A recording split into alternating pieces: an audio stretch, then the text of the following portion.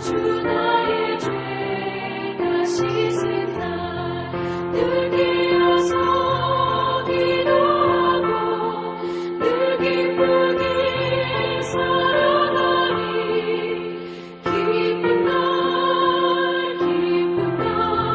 주 나의 죄가 씻은 날 이 좋은 날 내 전하고 새 사람이 되었으니 이 몸과 맘 다 바쳐서 영광의 주를 섬기리.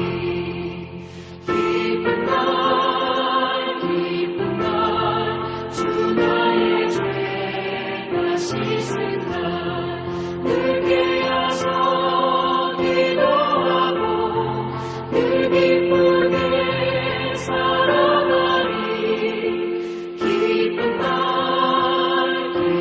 날 주 나의 죄가 씻은 날 새 사람 된 그날부터 평안한 만들이 있어서 이 복된 말 전하느니 나의 문 삼았도다. 기쁜 날 주 나의 죄가 씻은 날 늘 깨어서 기도하고 늘 기쁘게 살아가리. 기쁜 날 주 나의 죄가 씻은 날.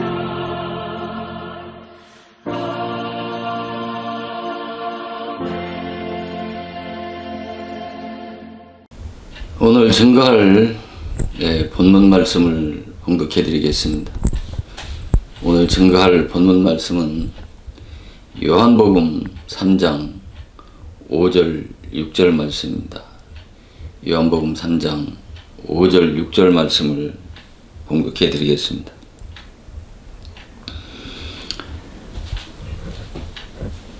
예수께서 대답하시되 진실로 진실로 내게 이르노니 사람이 물과 성령으로 나지 아니하면 하나님 나라에 들어갈 수 없느니라.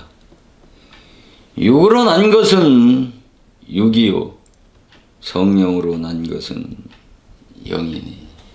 아멘.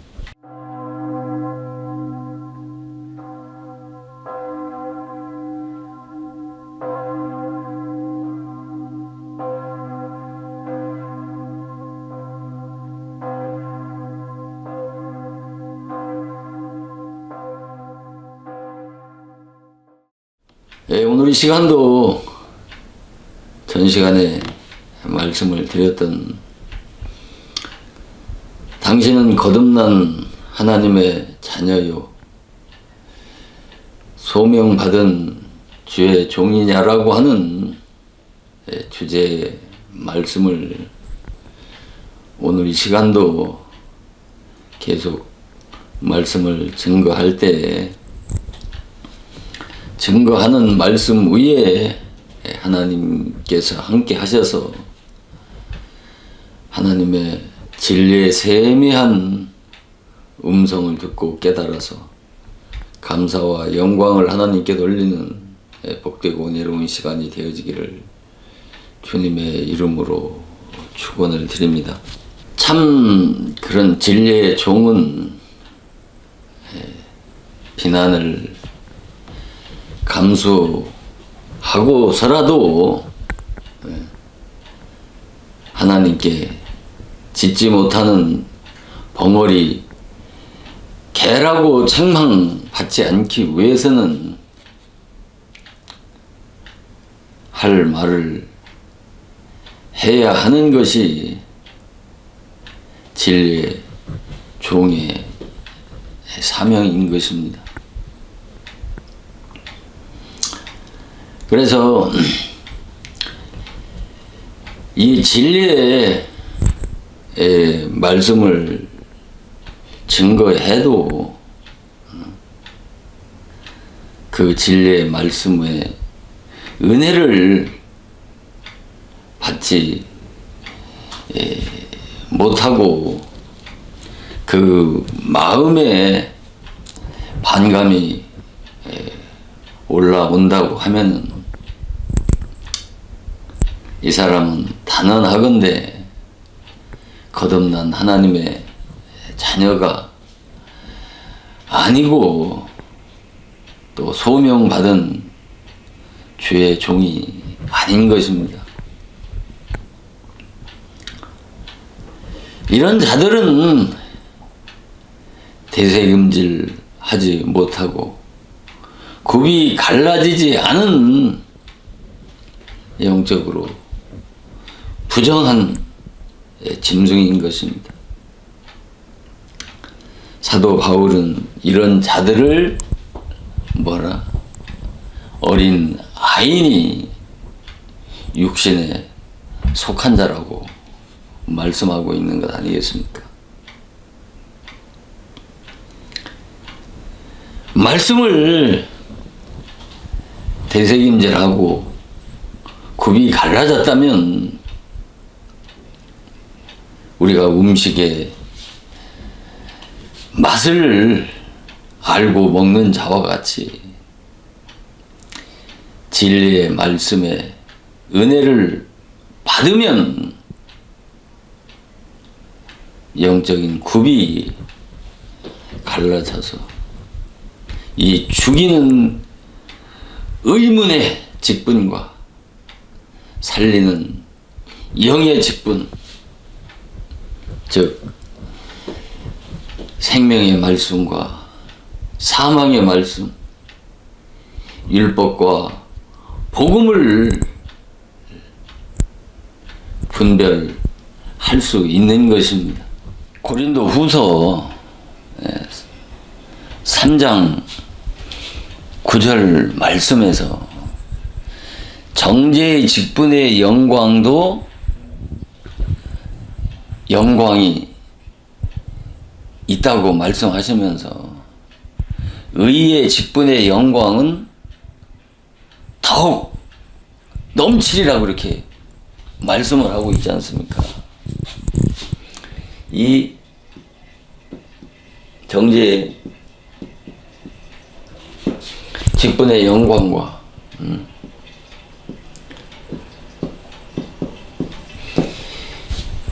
이 정죄의 직분의 영광과 의의 직분의 영광, 이 두 영광을 분별을 할 수 있어야 바로 예수님이 말씀하신 이 물과 성령에 대한 두 분야를 정확하게 분별하고 깨달을 수가 있는 것입니다. 예수님은 물과 성령이라고 그렇게 말씀을 하셨고, 사도 바울은 물을 예수님 말씀하신 이 물을 정죄의 직분이라고 말씀하고 있고, 또 예수님은 사도 바울이 말한 이 의의 직분을 성령이라고 이렇게 말씀하고 있는 것입니다. 그러니까 정죄의 직분이나 물이나 성격적으로 다르지만 내용적으로는 같은 내용의 말씀인 것입니다. 이것을 분별해야 되는데, 이 정죄의 직분이 이 율법의 영광이라고 하는 것이고, 의의 직분의 영광이 바로 진리의 영광, 복음의 영광이라고 이렇게 말씀하고 있는 것입니다. 그러니까 그리스도의 복음의 영광, 그러니까 그리스도의 복음의 영광 예까지 나오기까지, 그리스도의 복음의 영광까지 영광에 이르기까지는, 예? 이 정죄의 직분의 영광, 이 물의 역사가 필요 있다 없다? 필요한 것이란 말입니다. 그런데 이 정죄의 직분의 영광이 바로 이 복음의 영광인 이 의의 직분의 영광 앞으로 나와야 이 정죄의 직분의 영광의 그 한계를 깨달을 수가 있는 것이란 말입니다.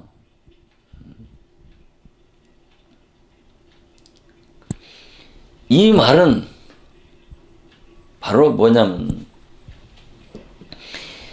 그 율법 신앙의 영광을, 율법 신앙을 통과하지 아니하고는 이 의의 직분의 영광인 이 복음의 영광 앞으로 나올 수가 없는 것입니다. 아니, 분별이 안 된다니까요.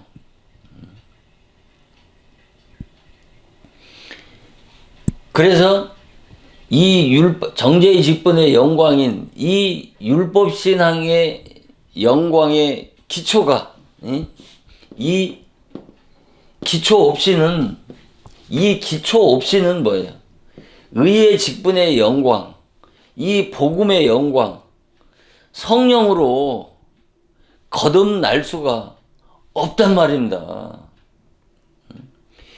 왜 율법 신앙의 기초, 율법의 기초 없이는 성령으로 거듭날 수 없기 때문에 예수님은 물과 성령이라고 이렇게 말씀하셨고, 정죄의 직분의 영광이 있다고 그러잖아, 분명히. 정죄의 직분의 영광도 영광이 있는데 의의 직분의 영광은 더욱 넘치리라고 그렇게 말씀을 하고 있지 않습니까? 고린도후서 3장 11절에는 뭐라고 말씀하고 있느냐면, 없어질 것도 영광이 있은즉 길이 있을 것은 뭐예요? 더욱 영광 가운데 있느니라. 없어질 것도 영광이 있단 말이야. 이 없어질 것이 뭐예요? 정죄의 직분의 영광이라니까요. 율법의 영광이라니까요. 이 물의 역사란 말입니다. 왜 없어질 것이라고 그랬어요? 여기에는 영생이 없고 생명이 없기 때문에 없어질 것이라고 말씀하고 있고, 이 의의 직분인 이 복음의 영광은 뭐예요? 길이 있을 것이라고 하시면서 바로 더욱 영광 가운데 있다라고 하고는 것은, 이 정죄의 직분의 영광과 의의 직분의 영광을 비교할 수 없을 만큼, 이 정죄의 직분의 영광과 의의 직분의 영광은 비교할 수 없으리만큼 전혀 다른 차원을 말씀하시는 것이란 말입니다. 그러면 이 정죄의 직분의 영광인 이 물의 역사가 왜 필요하고 어느 때까지 필요하냐면, 이 정죄의 직분의 영광은 단순하게 의식이나 문자만을 말씀하는 것이 아니라 하나님 앞에 부름받아 나온 자들 가운데 아직 거듭나지 않은 자들을 바로 이 정죄의 직분의 영광, 이 율법의 영광, 그 영광의 그 사명자들, 곧 율법의 그 사명자들에게 그 율법의 권위와 위엄을 주어서 그 죄인들을, 회개하지 않은 죄인들을 정죄해서, 정죄 심판해서 그들을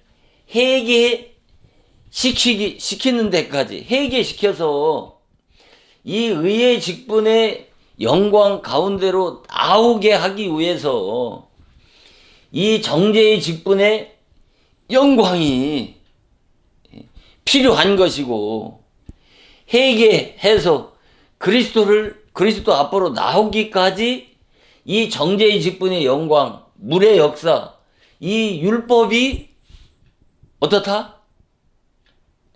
필요하단 말입니다. 절대적으로 필요한 거예요. 그래서 이 율법의 영광의 기초 없이는, 율법 신앙의 기초 없이는 성령으로 거듭날 수 없단 말입니다. 그래서 사도 바울은 뭐예요?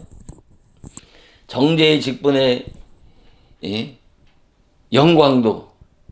영광이 있지만, 그러나 이 의의 직분의 영광은 더욱 넘치리라고 이렇게 말씀하고 있는 것 아니겠습니까?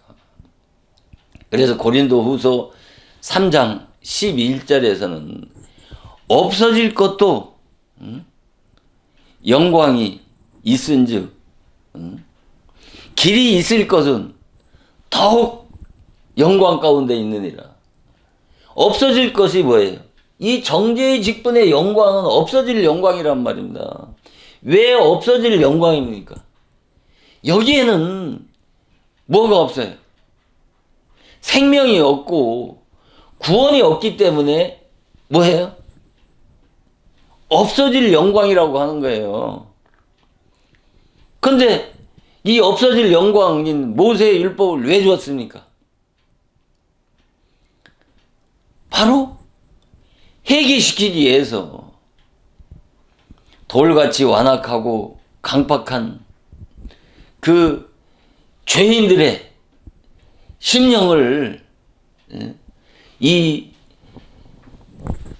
율법의 사명자들에게 그 율법의 권위와 절대적인 위엄을 주어서 그들을 정죄 심판해서 회개해서 의의 직분의 영광인 그리스도의 복음 앞으로 나올 수 있게 하기 위해서 필요한 것이란 말입니다.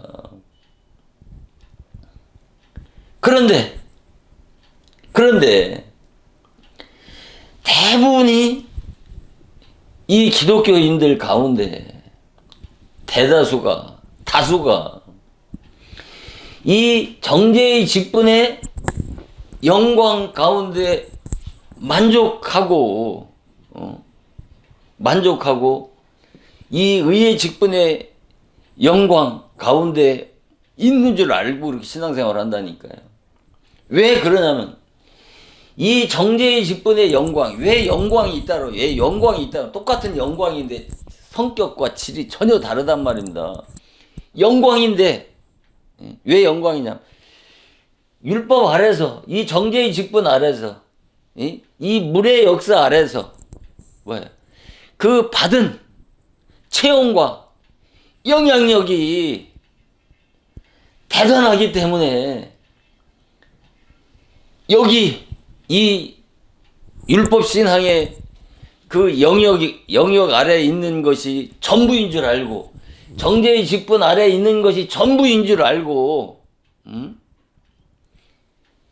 여기서 전부인 줄 알고 여기서 머무르는 무직 가운데 있는 자들이 다수기 때문에 바로 예수님은 물과 이 물의 역사 아래서, 정죄의 직분 아래서 반드시 회개를 해서 내가 쳐 죽일 사형 집행 날짜를 기다리는 사형수와 같은 죄인이라고 하는 것을 깨달아야 인간은 비로소 그리스도 앞으로 의의 직분의 영광, 복음의 영광, 그리스도의 복음의 영광 앞으로 나와서 성령으로 거듭나야 하기 때문에 예수님은 물과 성령으로 거듭나야 된다라고 그렇게 강한 의지와 명령으로 니고데모에게 외치신 것 아니겠습니까? 그래서 이 율법, 이 율법은 왜 그렇게 헷갈려 하냐면, 율법과 복음을 왜 이렇게 헷갈려 하냐면, 율법은 아까 없어질 것도 영광이 있다고 그랬잖아요. 없어질 것도 영광이 있다고 그렇게 말씀을 드린 바와 같이 율법은 사랑도 진리도 아니면서 하나님의 사랑, 이웃 사랑을 외치기 때문에 거기에 하나님의 사랑, 그것이 진리의 사랑인 줄 알고 속고 속이기 때문에 대부분이 이 정죄의 직분의 영광이 진짜인 줄 알고 그것이 전부인 줄 알고 율법 신앙에 머무르는 무지 가운데 있는 기독교인들이 다수란 말입니다. 이 사실을 분별해야 된다니까요. 이거는 분별해도 되고 분별하지 않아도 되는 것이 아니라 반드시 이 정죄의 직분의 좌편 역사와 의의 직분의 이 우편 역사를 분별하지 못하면 내 영혼이 죽고 사는 문제란 말입니다. 내가 지옥을 가느냐 천국을 가느냐라고 하는 절체절명의 중요한 문제가 바로 이 두 분야를, 물과 성령, 정죄의 직분과 의의 직분의 영광, 이 두 영광을 분별하고 못하는 것은 내가 죽고 사는 문제라니까요. 육신이 죽고 사는 문제가 아니라, 육신이 죽고 사는 문제는 뭐예요? 먹고 살 것이 없으면 육신이 죽고 사는 문제이기 때문에 육신의 양식이 중요한 것처럼 이 영의 양식, 이 영적인 지식, 이 영적인 진리, 말씀 없으면, 모르면, 그러니까 호세아 선지가 뭐라고 그랬습니까? 물이 없어 가람이 아니고 먹을 양식이 없어 기근이 아니라 하나님의 말씀을 듣지 못한 기근과 기갈이라고 그러고 말씀하시면서 이 백성이 하나님 아는 지식, 영생의 지식, 분별력 있는 진리의 지식이 없어서 호세아 선지는, 하나님은 호세아 선지를 통해서 탄식하고 계신단 말입니다. 지금 이 시간에도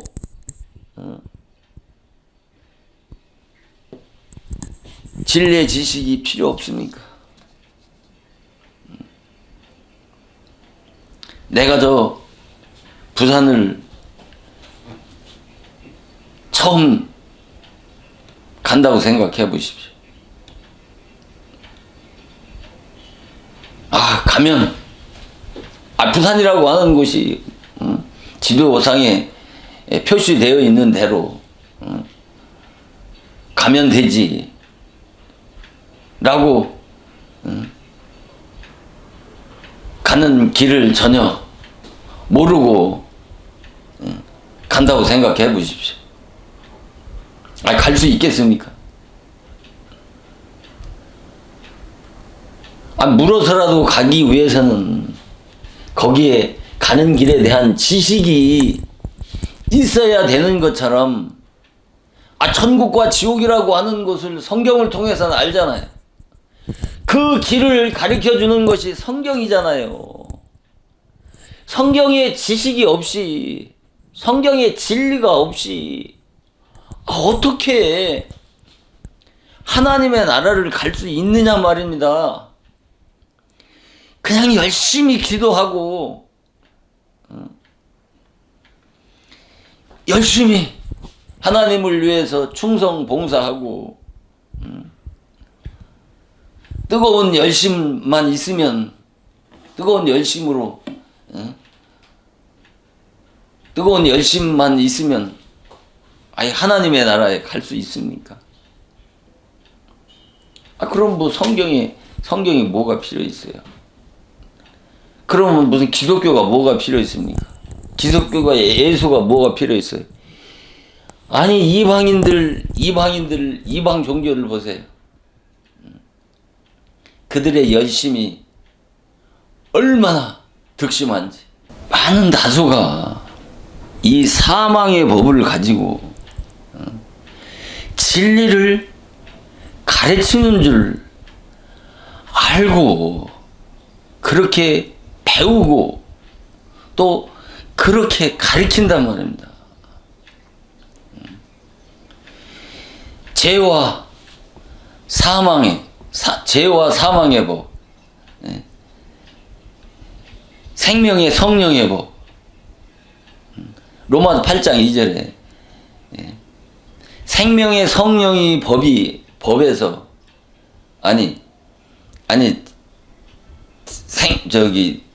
생명의 성령의 법이 죄와 사망의 법에서 뭐였다?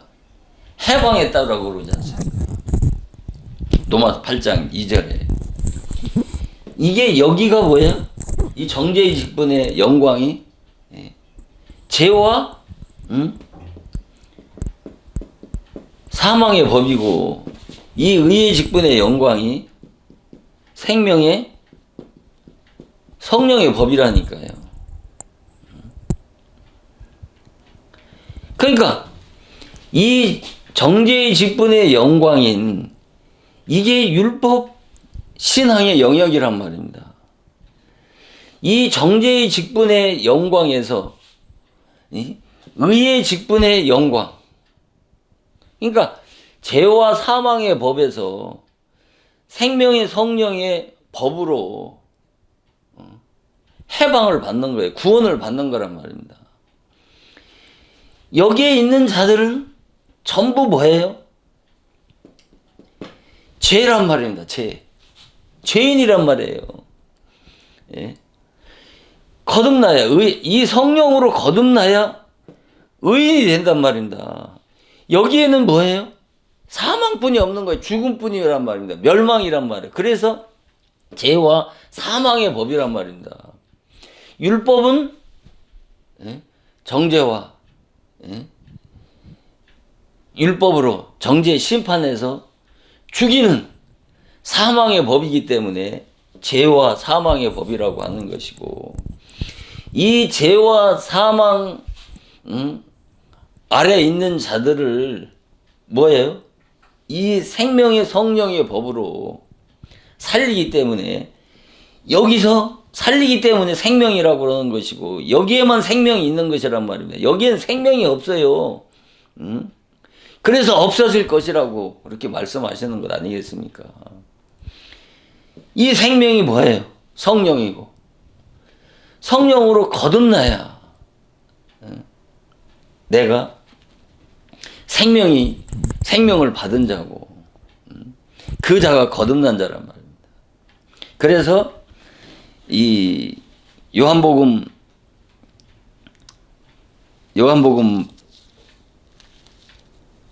8장에 보면은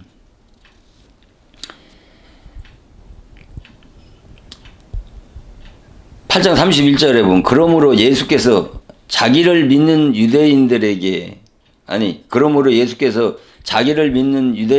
이르시되, 너희가 내 말에 거하면 참 제자가 되고 진리를 알지니 진리가 너희를 자유케 하리라고 이렇게 말씀하시잖아요.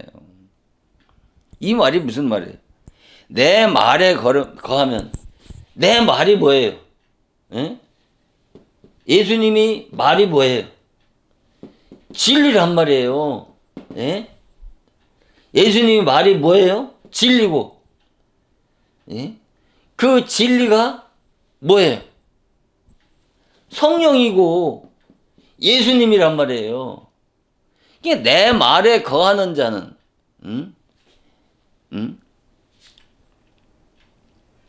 내 말에 거하는 자는 뭐래? 참 제자가 되고 진리를 알지니 진리가 너희를 자유케 하리라고 그러잖아요. 진리가 너희를 자유케 하라. 그러니까 성령인 예수님이 이 진리가 예수님이 말씀하신 그 말씀이 어디에? 우리 안에 오신단 말입니다. 우리 안에 오셔야 어떻게 해요? 내가 구원을 받은 것이고 구원을 받아야 뭐가 되는 거예요? 내가 자유함을 누린다니까요. 여기에는 뭐예요? 자유가 없는 거예요. 진정한 자유가. 여기에는 뭐만 있어요? 종교라고 하는 게 뭐예요? 종교라고 하는 것이. 종교라고 하는 것이. 닐리지오라고 하는 그리스어로 닐리지오라고 하는 뜻인데 구속하다, 속박하다라고 하는 거예요. 끊임없이 구속하고 속박해서 그 율법의 사슬에 꽁꽁 묶이는 것이란 말입니다. 그 율법의 사슬에 한번 묶여봐야 된다니까요. 니찌무라가 우찌무라 간조가 얘기한 것처럼 그 죄의 사슬에 묶여보지 않은 자는 방면자의 은혜를 깨달을 수 있다 없다? 없다고 말씀하신 것이란 말입니다. 조금 있다가 제가 여기 나오는 이 옥에 대한 말씀을 드릴 때 상세하게 말씀을 드리도록 하겠습니다. 그러니까 이 종교와 이 신앙을 잘 분별해야 되는 거예요. 뜨거운 열심을 가지고 눈에 보이는 그 열심을 내면 믿음이 좋은 것 같잖아요.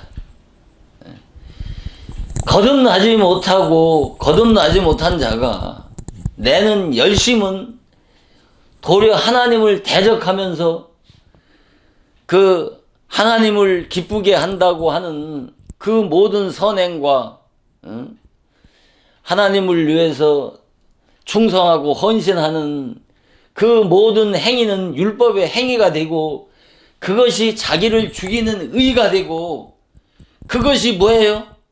영적으로 무덤이라니까요.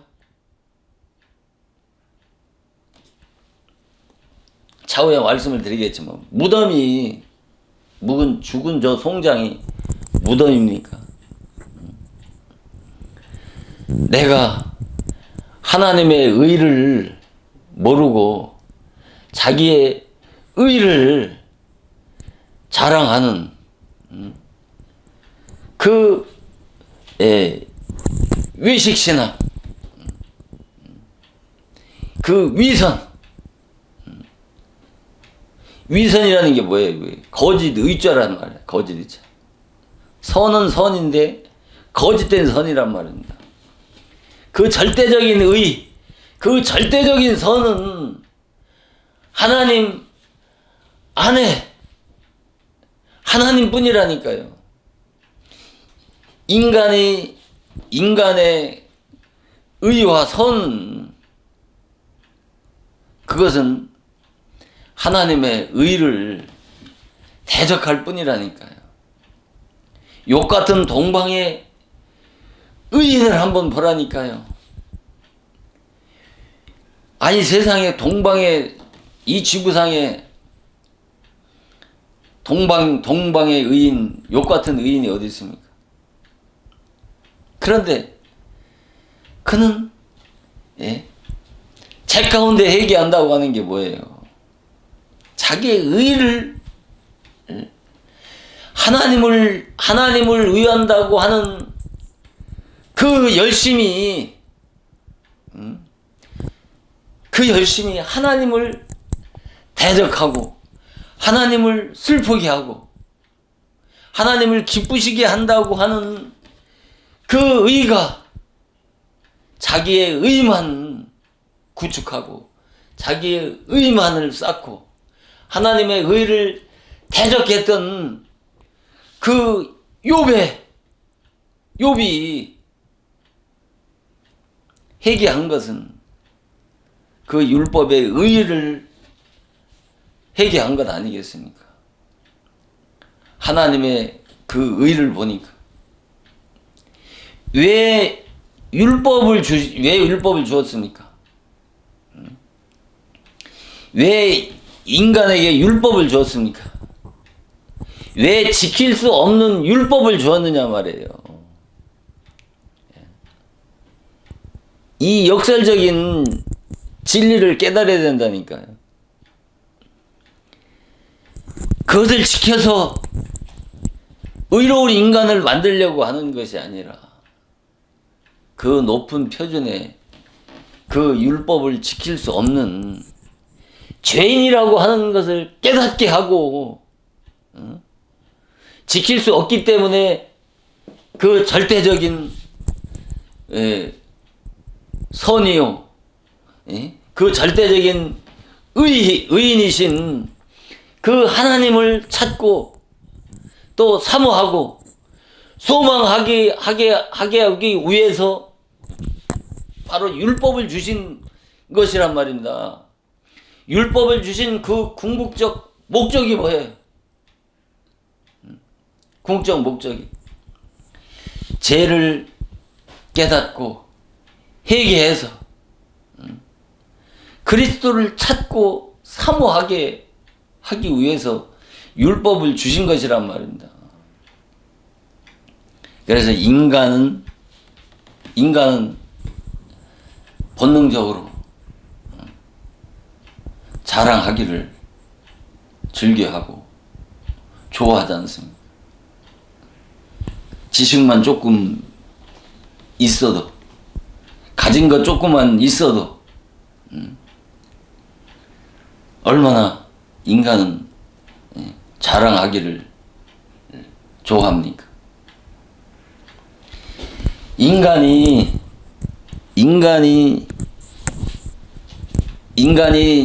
죄인인 인간이 자랑할 것은 단 하나도 없는 것입니다. 그런데 하나님 앞에 자랑할 것은 인간에게 단 두 가지가 있는데 그게 무엇이냐면 내가 어떤 죄인이라고 하는 것과 또 하나님의 은혜, 그 두 가지 외에는 인간은 자랑할 것이 없단 말입니다. 인간은 어떤 죄인이라고 하는 것은 만큼, 인간이 어떤 죄인이라고 하는 것을 깨달은 만큼 하나님의 은혜를 알 수 있는 것입니다. 내가 아는 만큼 말하고 이해하는 것처럼 내가 하나님의 은혜를 깨달은 만큼 하나님의 용서를 받은 만큼 인간은 사랑할 수 있는 것이고 사랑을 깨달은 만큼 인간은 또 사랑할 수 있는 거와 같이 내가 그 얼마만큼 어떤 죄인이라고 하는 그 죄인이라고 하는 것, 내가 하나님 앞에 자랑할 것은 내가 어떤 죄인이라고 하는 것, 사도 바울이 뭐라 그랬습니까? 죄인의 계수라고 그러잖아요. 죄인의 계수. 사도 바울이 뭔 죄를 이렇게 많이 져가지고 죄인 중에 계수라고 말하겠습니까? 그 죄인의 하나님 앞에 자랑할 것은 내가 어떤 죄인이라고 하는 것과 어떤 죄인이라고 하는 죄인이라고 깨닫게 되면 하나님의 은혜를 깨닫겠습니까? 못 깨닫겠습니까? 죄라고 하는 것만 깨달은 만큼 하나님의 은혜를 깨달았기 때문에 그가 자랑할 수 있는 것은 하나님의 은혜밖에 없는 것입니다. 인간은 자랑할 것이 아무것도 없는 것입니다. 사람 앞에는 자랑할 것이 있으려는지 모르지만 하나님 앞에 자랑할 것은 내가 어떤 죄인인 것과 하나님의 그 은혜 외에는 그 어떤 것도 자랑할 것이 없는 자야라야 그 자가 진정 참으로 겸손한 자인 것입니다. 오늘 이 시간은 전 시간에 말씀을 드린 바와 같이 이 물과 성령에 대한 말씀을 토대로 해서 이 물과 성령 이 두 분야가 두 분야를 진리로 깨닫고 못 깨닫는 것이 얼마나 중요한 문제라고 하는 것에 대해서 강조하고 또 강조해도 다함이 없을 만큼 이 중요한 구절이 바로 요한복음 3장 5절 말씀이고 또 오늘 증거하려고 하는 이 베드로전서 3장 19절에서 이 20절 말씀인 것입니다. 이 두 베드로전서 3장 19절과 20절 말씀과 이 요한복음 3장 5절 이 말씀을 깨닫게 되면 성경의 더 깊은 단계까지 들어갈 수 있다고 하는 차원에서 이 베드로전서 3장 19절에서 20절 말씀과 요한복음 3장 5절 말씀은 너무나도 중요한 말씀이기 때문에 제가 여러 시간 거듭해서 말씀을 드리는 것이고 또 중요하다고 거듭 강조하는 이유가 바로 이 때문인 것입니다. 그래서 여기서 보면 베드로전서 3장 19절을 보면 저가 또한 영으로 저가 또한 여기서 저라고 하는 것은 저가라고 하는 것은 예수님을 말씀하시는 거 아니겠습니까? 또한 영으로 옥에 있는 영들에게 뭐 했다? 전파하시니라. 여기서부터 잘 들어야 됩니다.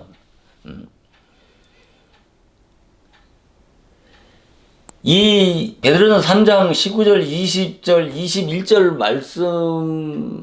말씀을 제가 증거하는 이 말씀을 깨닫게 되면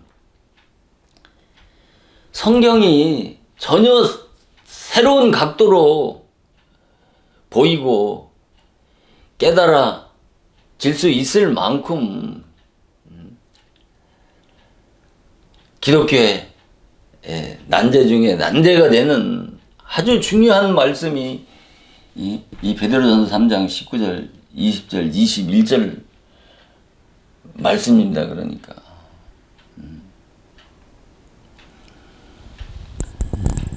왜 이렇게 중요하다고 그렇게 강조하고 강조 안 하냐면 그것이 뭐예요? 그만큼 진리가 중요하다 강조하는 건데 예수님이 얼마나 인생에게 필요하고 소중한 존재라고 하는 것을 깨달아야 된다라고 말씀을 드리기 때문에 진리를 말씀할 때마다 그렇게 중요하다고 강조하는 것입니다. 하나님을 사랑한다고 하고 예수님을 기쁘게 한다고 하는 것이 무슨 행위로 전도 열심히 하고 목사 잘 섬기고 교회를 위해서 충성 봉사하고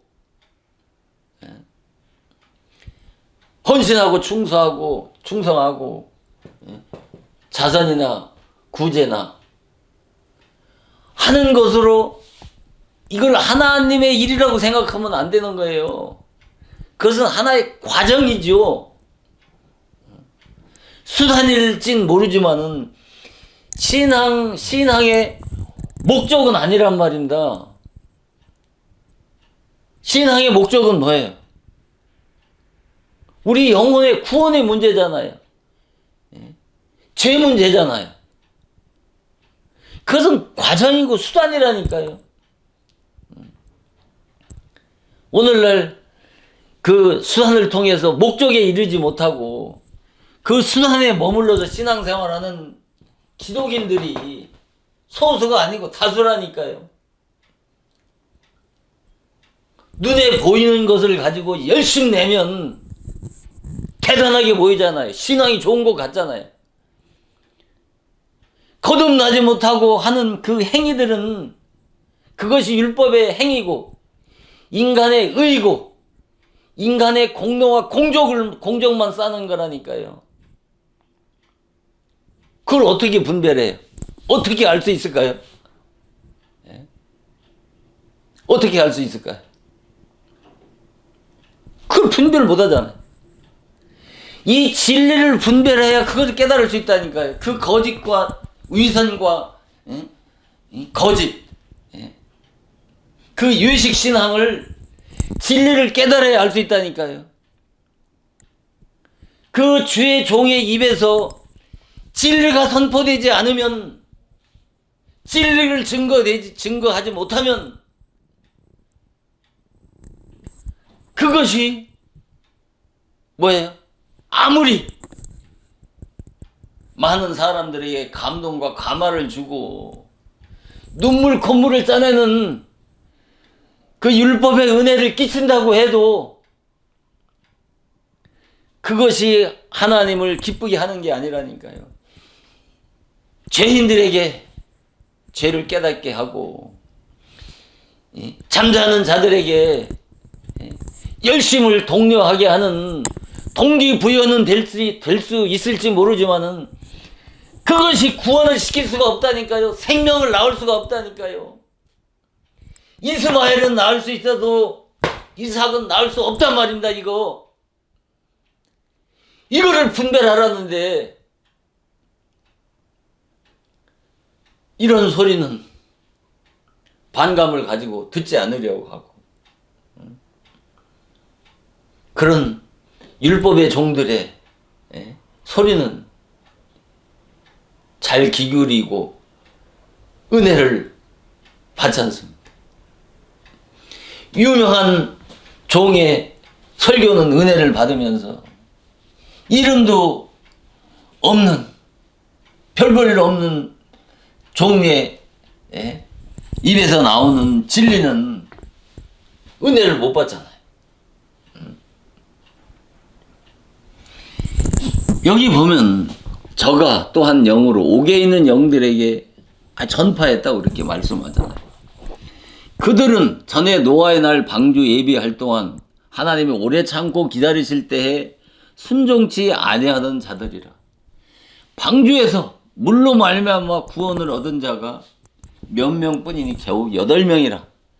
물은 예수 그리스도의 부활하심으로 말미암아 이제 너희를 구원하는 뭐예요? 구원하는 편이 육체의 더러운 것을 제어 버림이 아니 오직 선한 양심이 하나님을 찾아가느니라. 이 말씀을 가지고 이 한 시간에 증거할 수가 없어요. 아니, 이것을 예?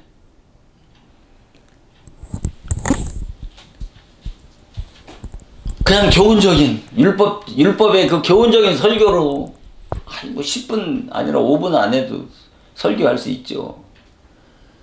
그러나 이 속에 담겨 있는 그 무궁무진한 심오한 비밀을 명확하게 깨닫기 위해서는 많은 시간이 필요한 말씀이 이 베드로전서 3장 19절에서 20절에서 21절 말씀이란 말입니다.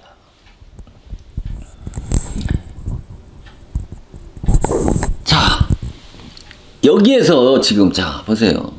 여기에서 뭐가 나옵니까? 구원받은 자, 이 노아의 사건에서 노아의 사적을 통해서 크게는 뭐예요? 구원을 받은 자와 이 구원 받은 자와 이 구원을 받지 못한 자 둘로 나눠지잖아요. 자 보세요. 구원을 받은 자는 누구예요? 노아 8식구잖아요. 노아 8식구는 구원을 받았고 나머지는 구원을 못 받았는데 이 구원을 못 받은 자가 누구예요?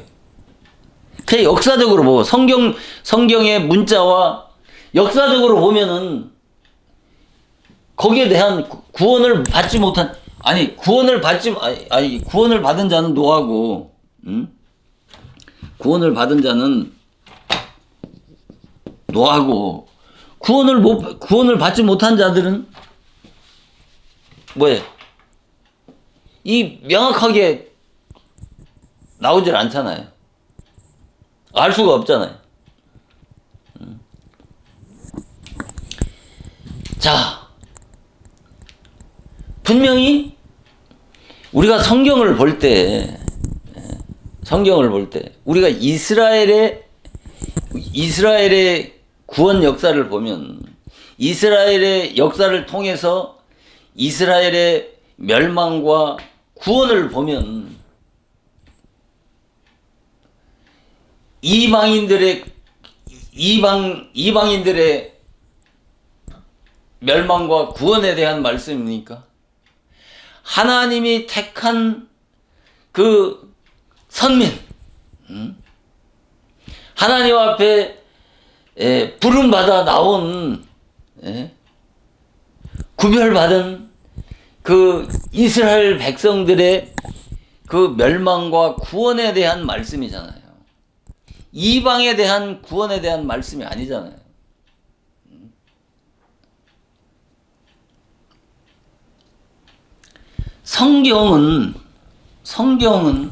성경이 뭐예요? 하나는 멸망을 받았고 하나는 구원을 받았단 말입니다. 멸망받은 자와 구원받은 자에 대한 이야기란 말이에요. 그러면 성경이 왜 필요하냐? 왜 멸망을 받았느냐 말이에요. 어떻게 해서 구원을 받았느냐 말입니다. 이것을 깨닫는 것이 성경의 진리를 깨닫는 거예요. 자, 창세기부터 가인과 아벨에서부터 시작해서 좁은 의미로는 어떻게 해요? 좁은 의미로 개인의 구속사적인 관점에서 보면은 가인과 아벨의 구원과 멸망에 대한 이야기부터 시작이 되잖아요. 그 사건 속에서 왜 가인은 멸망을 받았고 아벨은 구원을 받았느냐 말입니다. 문자적으로 보면은 알 수가 없어요. 율법적으로 보면 알 수가 없다니까요. 거기서 진리를 깨달아야 된다니까요. 진리는 반드시 뭐예요? 성령이 계시해 주셔야 되는 거예요. 문자로 율법은 인간의 이성과 지식으로 알 수 있단 말입니다. 그러나 그 문자와 율법 속에 담겨진 그 진리의 알맹이는 성령이 계시해 주셔야 된단 말입니다. 성령이 계시해 주시지 않으면 알 수가 없단 말입니다. 그렇기 때문에 이 성령의 역사가 필요한 것이에요. 그러니까 성령의 조명이 필요한 것이란 말입니다. 그러니까 역사적으로 보면, 문자적으로 보면 여기서 우리가 보면 다 뭐냐, 이 구원을 못 받은 자들은 뭐예요? 이 문자적으로 보면, 그냥 역사적으로 보면 이 불신자들이 구원을 못 받은 것 같이 돼 있잖아요. 불신자들이. 그러나 이 둘 다 멸망받은 자는, 그러니까 성경은 불신자들에 대한, 이방인들의 그 구원과 멸망에 대한 말씀을 하시는 것이 아니라 성경에 나와 있는 그 모든 사건 속에서는 전부 다 뭐예요? 전부 똑같이 믿는 자라니까요. 이제 누구야? 노아의 그 멸망과 구원은 똑같이 다 뭐예요? 이 하나님을 믿는 자란 말입니다. 하나님을 믿었단 말이에요. 하나님을 믿었는데 어떤 자는, 노아의 8식구는 구원을 받고 똑같이 하나님을 믿었는 하나는 멸망을 받은 이야기란 말입니다. 이 멸망받은 자, 구원 못 받은 자가 뭐예요? 물심판 받아 멸망받은 자가 불신자가 아니고 전부 뭐예요? 믿는 자라니까요. 이스라엘 민족이 성경은 이스라엘의 역사책이잖아요. 그러면서 그 이스라엘의 역사책 속에서 구속사가 감춰져 있는 거 아니에요. 구속사의 진리를 깨달아야 되는 것 아니겠습니까? 그러니까 이스라엘의 멸망 또한 전부 믿는 자라면, 하나님을 믿었단 말입니다. 하나님을 믿었는데, 제가 이걸 강조하는 이유가 있는 거예요. 여기에서 지금 말씀드리는 것은 불신자들에게 얘기하는 얘기가 아니고 전부 성경은 믿는 자란 말이에요. 믿었는데 왜 멸망을 받았느냐 말입니다. 왜 구원을 받았느냐 말입니다. 이걸 깨닫는 거라니까. 이걸 구속의 진리를 깨닫는 거라니까요.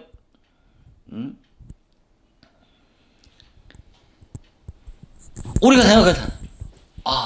단순하게 이스라엘 민족은 예수를 믿지 않았고 이방인들은 예수를 믿었기 때문에 우리는 구원을 받아서 천국을 가리라고 생각하고, 이스라엘 민족은 예수를 믿지 않았으니까, 구세주를 믿지 않았으니까, 메시아를 믿지 않았으니까 멸망을 받은 것이라고 그들을 조롱하고 비웃잖아요. 이렇게 성경을 단순 무식하게 믿는 게 아니라니까요. 그래서 분별력 있는 진리의 지식을 가져야 된다라고 그렇게 강조하는 것이란 말입니다. 성경은 이스라엘 민족이 멸망한 것은 왜 똑같이 믿었는데 이스라엘 백성들이 멸망받은 자와 멸망받지 못한 자. 믿었다고 하는 것은, 이스라엘 민족이 믿었다고 하는 것은, 그들은 먼저 모세를 통해서 율법을 주었잖아요. 먼저 율법을 주었단 말이에요. 율법을 주신 궁극적인 목적이 뭐라고 그랬어요? 죄인들에게, 예? 율법은 죄인들을 정죄해서 죄를 깨닫고, 예? 회개시켜서 그리스도를 찾고 사모하게 하는 것이 율법을 주신 궁극적인 목적이라고 그랬잖아요. 율법을 통해서 그리스도를, 죄를 깨닫고 회개해서 그리스도를 사모하고 찾게 하는 것이고, 또 율법을 통해서 죄를 깨달아서 회개해서 뭐 하는 거예요? 그리스도를 수용할 수 있는, 복음을 수용할 수 있도록 준비시키는 것이 율법을 주신 궁극적인 목적이라니까요. 그 율법 신앙의 한계가 거기까지라니까요. 그래서 모세를 어떻게 했어요? 모세가 요단강 입구까지만 인도한 것 아니에요. 요단강은 뭐예요? 요단강은 성령 세례를 상징하잖아요. 성령 세례를 누구를 통해서 성령 세례를 받는 거예요? 여호수아는 누구예요? 예수 그리스도를 상징하잖아요. 그러니까 예수 그리스도를 통해서, 예수 그리스도 안에 있는 성령으로 그 성령 세례를 받아야 예수 그리스도를 통해서 어딜 들어가는 거예요? 가나안을 들어가는 거예요. 그 성령 세례의 입구까지. 그러니까 이 성령 세례를 받을 수 있도록 준비시키는 거예요. 그러니까 애굽에서 나와서 광야를 거쳐서 요단강 입구까지를 인도하는 것이 뭐예요? 모세의 사명이란 말입니다. 그래서 누보산에서 가나안만 바라보고, 모세는 죽은 거 아니에요. 범죄에서 죽은 것이 아니라 모세의 사명은 거기까지란 말입니다. 거기까지. 그러니까 율법은 메시아의 약속을 바라보는 거예요. 영생의 축복을 바라보는 데까지. 그래서 갈라디아 3장 24 율법은 그리스도를 인도하는 모학 선생이라고 그렇게 말씀하고 있잖아요. 그리스도께로 인도하는 것이란 말입니다. 율법의 사명이 한계라니까요. 그게 율법의 사명이에요. 그러니까 이스라엘 민족에게 율법을 주셨잖아요. 그런데 이스라엘 백성들은 뭐 어떻게 했어요? 왜 예수를 믿지 않았잖아요. 모세 율법을 주시고 1500년 후에 보내주신 예수를 보내주셨지만, 메시아를 고대하고 기다렸지만 그들 믿지 않았잖아요. 왜 믿지 않은 거예요? 이걸 복음사적으로 이해를 하라니까요. 역사적으로 이해하지 말고. 그들은 율법신앙으로 만족을 하고, 그 율법신앙을 탈피하지 못해가지고, 그 율법신앙을 고집하다가, 어떻게? 고집하고, 복음을, 예수 그리스도라면, 예수 그리스도인 복음을 받아들이지 않았기 때문에, 어떻게 했어요? 그들이 멸망한 것이란 말입니다. 오늘날도 똑같다니까요. 지금 이 노아의 사적도 똑같다니까요. 하나님을 믿었단 말이에요. 똑같이. 이스라엘 백성도 똑같이 하나님을 믿었어요. 그런데 하나님 멸망받은 것은 그 율법신앙 아래서 율법 신앙만을 고집하다가 복음을 받아들이지 않아서 멸망한 거란 말입니다. 그것을 설명하는 거예요. 물과 성령으로 거듭나야 된다라고 하는 것은 물을 주신 목적, 예? 그 목적이 달성되면 그 다음에 그리스도 앞으로 나와서 복음으로 거듭나야 된단 말입니다.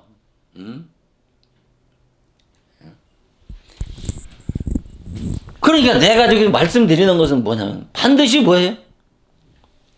전부 제가 이거 자꾸 강조하는 것은 성경을 보는 관점을 다르게 가지라는 거예요. 다 노아 때나 노세 때나 예수님 시대나 지금 신약 시대나 전부 구원과 멸망의 이야기는 전부 믿는 자들이란 말. 믿는 자들인데 다 믿는 자들 가운데 구원받지 못하고 또 구원받은 자들을 왜 구원받지 못하고 멸망했는지, 구원받은 자는 왜 구원받았는지, 이것을 깨닫는 것이 진리를 깨닫고 성경을 봐야 하는 목적이란 말입니다. 이거 문자적으로 달달달 성경 구절 백날 외워봐야, 뭐 필사를 천번 만번 해봐야 역사적인 교훈은 깨달을 수 있고, 내 마음의 의로는 받을 수 있을지 모르지만 필사를 한다고 해서 성경의 진리를 깨달을 수 있습니까? 아니, 성경을 뭐 필사하는 가운데 감동과 감화를 받을 수는 있겠지만 성령의 계시가 있어야 된다니까요. 그 성경 그 문자 속에 감춰진 그 진리를 깨달아야 된다니까요. 그래야 거기에 생명이 있다니까요. 이게 아까 요한복음 8장 뭐예요? 31절에서 진리가 너희를 자유케 하리니.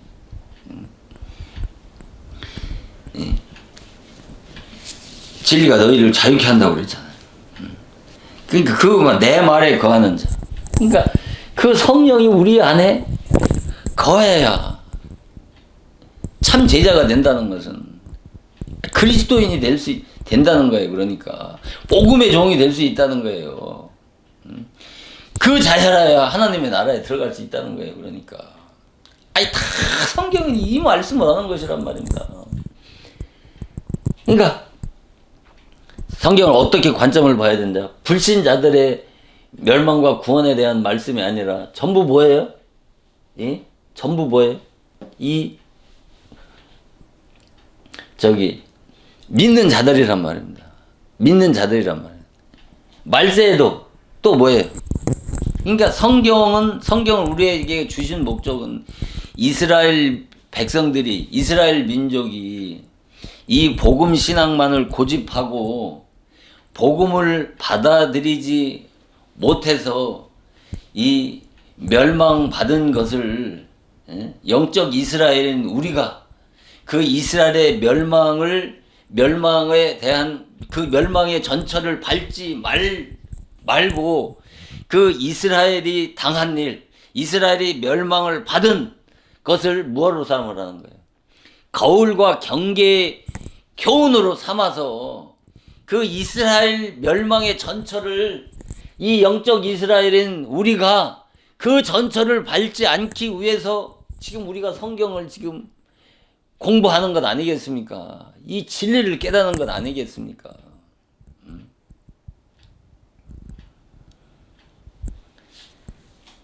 그래서 반드시 여기에서 이걸 아주 중요한 게 왜 이걸 강조하는지 나중에 이걸 이제 공부해보면 안단 말입니다.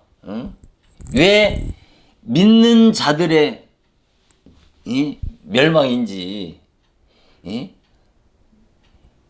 똑같이 하나님을 믿었단 말입니다. 하나님의 부름받아 나왔단 말이에요. 하나님 택함 받아서 나온 자들이란 말입니다. 그들의 멸망과 구원에 대한 이야기라니까요, 성경이. 근데 여기서 보면, 자, 보세요. 저가 또한 영으로 옥에 있는 영들에게 전파하시는. 여기서 보면, 문자적으로 보면, 이 한 구절을 보면 어떻게 해요? 아, 예수님이 이 옥을 뭐라고 그러는 거예요, 지금.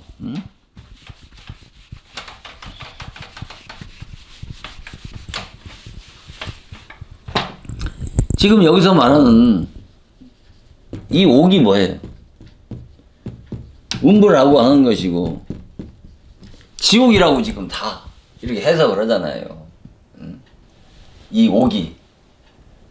그러니까 예수님이 어떻게 다 옥에 있는, 그러니까 옥에 있는 자들에게 복음을 전파하러 가셨다고 이렇게 얘기하는 거 아니에요. 이 옥이, 그러니까 이 옥이 무엇인지를 알아야 된단 말이에요.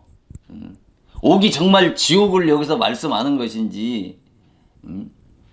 그래서 이 베드로전서 3장 19절 이 말씀과 20절, 21절 말씀은 지금 요한복음 3장 5절에서 예수님 물과 성령을 거듭나지 않으면 하나님 나라에 들어갈 수 없다고 한 예수님 말씀하신 이 물, 이 물에 대한 진리를 깨닫지 못하면, 이 물에 대한 진리를 깨닫지 못하면 이 베드로전서 3장 19절 21절에서 뭐를 깨닫지 못해요? 여기서 진리를 깨달을 수가 없다니까요. 요한복음 3장 5절에 물과 성령을 깨달아야 여기에서 말씀하는 심오한 구속의 진리를 이 베드로전서 3장 19절에서 20절, 21절에서 깨달을 수 있단 말입니다. 그래서 이게 여기서 다 어떻게 해요? 이 옥을 음부라고 그런단 말이에요. 이 음부를 뭐라고 그래요? 지옥이라고 한단 말이에요. 그런데 우리가 이 말씀을 깨닫기 위해서는 무엇을 알아야 되냐면 이 옥이 무엇인지, 죽은 자가 무엇인지, 무덤이 무엇인지, 이 음부가 무엇인지를 알아야 된다니까요.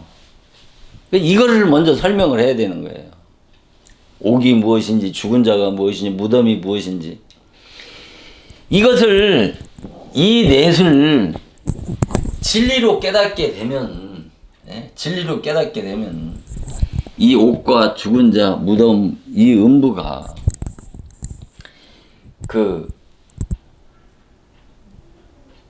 같은, 내용적으로 보면은, 성격적으로는 조금씩 다르지만은 내용적으로 깨닫게 되면은 서로 이 옥과 죽은 자, 무덤, 음부는 일맥상통하는 관계 아래 있다고 하는 것을 깨닫는 거예요. 이 옥에 있는 자가 뭐예요? 죽은 자고, 이 죽은 자가 무덤에 있는 자고, 무덤에 있는 자가 이 음부의 권세 아래 있는 자란 말입니다. 그러니까 이게 똑같은 거예요. 똑같은 거예요. 옥에 있는 자나 죽은 자나 무덤에 있는 자나 음부나 성격적으로 조금씩 차이는 있지만은 내용적으로 깨닫게 되면 다 옥이나 죽은 자, 무덤 다 뭐예요? 일관성 있는 말씀을 지금 하고 계신 거란 말입니다. 근데 이거를 각기 전혀 다르게 해석하다 보니까 여기에서 진리를 발견하지 못하는 거예요. 그래서 이 베드로전서 3장 19절 이 말씀을 이 옥을, 이 말씀을 상징으로 보는 부류가 있고, 또 실제로 본단 말이에요. 실제로 보는. 이게 실제로 본다는 것은 예수님이 진짜 지옥에 가셔서 복음을 전했다는 것이죠. 그러니까 이 한 구절이 얼마나 기독교에 왜곡된 이단 교리와 학설을 고안해낸 고안해낸 구절이 뭐예요? 베드로전 3장 19절이라니까요. 왜곡된 이단 교리와 학설이 고안이라는 말을 다른 말로, 이거는 좀 고상한 말로 하는 것이고 조작이라고 하는 말로 대처하면 더 이해하기가 쉽잖아요. 이 말씀이 수많은 기독교 그 진리를 왜곡하는 그 수많은 이단 교리와 학설을 조작해낸 근거 구절이 이 베드로전서 3장 19절이라니까요. 그래서 이것을 실제로 보는 것을 실제설이라고 하는 것이고 상징으로 보는 것을 상징설이라고 이렇게 말씀하는 것입니다. 그래서 이 베드로전서 3장 19절 말씀을 루터교는 뭐라고 하느냐면, 루터교는 예수님이 십자가의 승리를 알리기 위해서 지옥에 가셨다는 거예요. 이렇게 성경을 모르면, 이렇게 정말 말도 되지도 않는 이런 황당무계한 소리들을, 이것을 세상적인 말로 좀 극한 표현으로 짓거린다고 말하는 것 아니겠습니까? 예수님이 지옥에 가서 복음을 전했다고요. 그래서 이 구절을 통해서 뭐예요? 사후 구원설과 지옥 강화설을 얘기하는 거예요. 지옥 강화설이라는 게 뭐예요? 지옥에 가서 예수님이 복음을 전폐했다는 것이 지옥에 내려갔다는 지옥 강화설이고, 사후 구원설이라는 것은 이 말씀을 가지고 예수님이 복음을 전했기 때문에 인간은 죽어서도 구원을 받을 수 있는 기회가 있다는 것이죠. 이것이 사후 구원설이란 말입니다.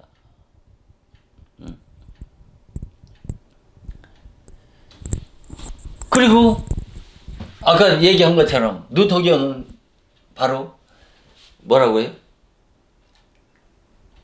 예수님의 십자가의 승리를 알리기 위해서 지옥에 가셨다고 그러고, 또 성공회에서는 이 낙원과 지옥을 동일시 보고, 음부를 동일시 보고 예수님이 무덤에 계실 때 3일 동안 어디에요? 낙원에 가 계셨다는 것이죠. 그리고 칼빈은 예수님이 바로 지옥의 그 영적 체험을 했다고 하는 이와 같은 주장을 고안해낸 것이 이 베드로전서 3장 19절 말씀이란 말입니다. 그래서 이 베드로전서 3장 이 19절 말씀 때문에 우리가 잘 알고 있는 유명한 백주년 그 교회 담임 목사인 이재철 목사가 그 성숙자 반이라고 하는 그 책에서 바로 죽은 영혼을 위해서 죽은 영혼을 위해 기도할 수 있다고 하는 문제로 인해서 교계에 큰 그 논란이 되어져 가지고 바로 그 통합측 서서울 노회에서 그 면직 처분 받은 사태까지 만들었던 것이 그 근거 구절이 뭐냐면 베드로서 3장 19절 말씀이라니까요. 근데 이게 얼마나 중요하냐고요. 그러니까 이걸 알아야 된다니까. 이 옥이 무엇인지, 죽은 자가 무엇인지, 무덤이 무엇인지, 이 음부가 무엇을 말씀하고 있는지, 이것을 진리로 깨달아야 된다니까요. 자, 이 옥에 있는 영들이라고 하는 것은, 자 보세요. 이 옥에 있는 영이라고 결론적으로 말한다면 이 옥에 있는 영은 거듭나지 못한 영혼이 육체에 갇혀 있는 것을 말하는 거예요. 이 옥이라고 하는 것. 옥은 뭐라? 거듭나지 못한 영혼이 육체에 갇혀 있는 것. 갇혀 있는 그 상태를 옥이라고 하는 거예요. 옥. 자, 왜 이 같은 해석을 하냐면 이 말은 뭐예요? 거듭나지 못한 영혼은 육체에 갇혀 있잖아요. 자, 거듭나지 못한 영혼이 거듭난 영혼도 육체 안에 있지만서도 거듭나지 못한 영혼이 육체에 갇혀 있다는 것은 뭐냐면 이 말은 율법 아래에 있다는 거예요. 율법에 매여 있다는 거예요. 그러니까 그 율법의 권세 아래 사로잡혀 있는 육체가 살아 있으면서 죽은 영혼이 아니라 육체가 살아 있으면서 육체가 살아 있습니다만은 육체가 살아 있지만은 거듭나지 못하면 바로 그 거듭나지 못한 영혼이 그 육체에 갇혀 있는 상태. 그러니까 율법 아래 있는 그 영혼, 그 율법 아래 매여 있는 자, 율법 신앙 아래 갇혀 있는 그 영혼을 뭐라? 거듭나지 못한 영혼을 옥이라고 하는 거예요. 옥이란 말입니다. 근데 이게 너무나 중요한 거예요. 이 옥에 있는 영들이라고 하는 것이. 자, 이것을 좀 더 이해하기 위해서, 자, 이 옥을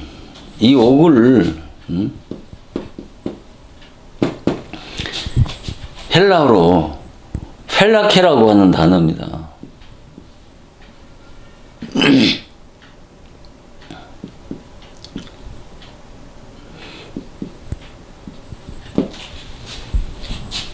네. 이 펠라케라고 하는 단어인데 헬라어로 뜻이 뭐냐면 감시니 경계니 감옥이라고 하는 뜻입니다. 감시, 경계, 교록. 그리고 히브리어로는 아살이라는 단어입니다. 이 아살이라는 단어는